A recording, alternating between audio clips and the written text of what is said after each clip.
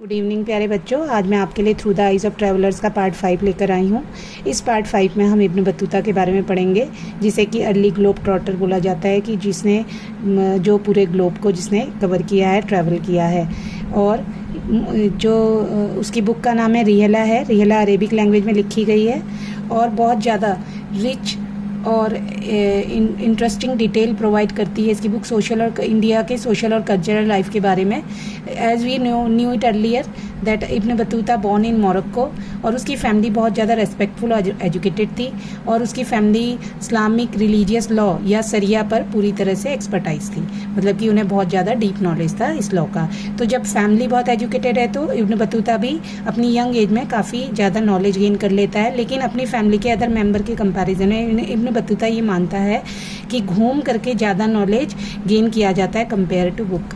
But मैं आपसे कहना चाहूँगी कि आप इसे अपनी लाइफ में नहीं एक्सेप्ट करेंगे। अभी आपकी लाइफ में आपको बुक से ही गेन करना है, आपको बुक्स पढ़नी है, नोट्स पढ़ने हैं, तभी आपको नॉलेज गेन होगा। अभी आपको ये वाला जो एग्ज़ाम वाला नॉलेज है वो आपको बुक से ही मिलेगा। नाउ उसको ट्रैवलिंग बहुत पसंद है, इसलिए वो देखिए उसने भी पहले इस्लामिक रिलीजियस एजुकेशन गेन करी है, फिर उसने ट्रैवल करना शुरू किया है। ठीक है, उसे ट्रैवलिंग पसंद है तो वो बहुत दूर दूर के प्लेसेस में जाता है और लोगों से मिलता है। अब इंडिया के लिए ट्रैवल स्टार्ट करने से पहले 1332 में वो अपनी यात्रा पिलग्रिमेज धार्मिक यात्रा मक्का जाता है।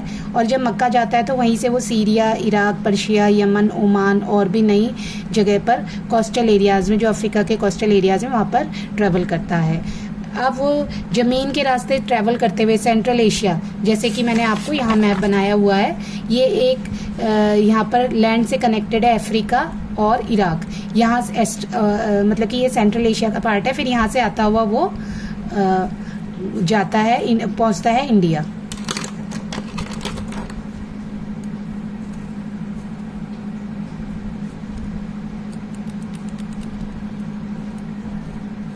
यहाँ से इंडिया आता है।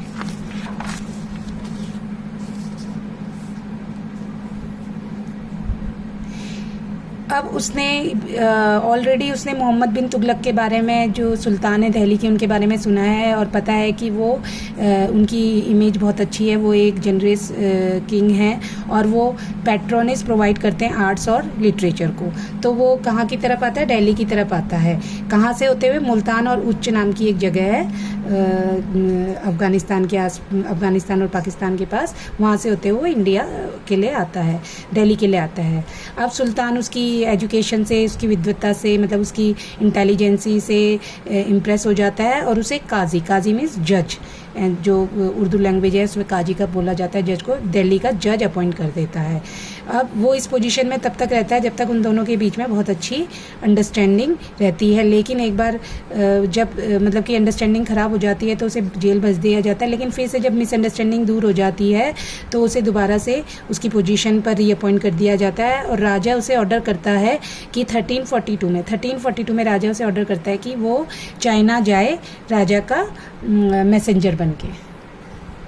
अब उसका नया असाइनमेंट क्या है कि उसे मालाबार कोस्ट जाना है through Central Asia. Central Asia से वो मालाबार कोस्ट जाता है। From Malabar he went to Maldives. Maldives जबकि इंडिया के कोस्टल एरिया में ही है। अगर हम इंडिया का मैप बनाएं तो यहाँ पर ये गुजरात वाला एरिया आ गया और इधर मालदीव्स है।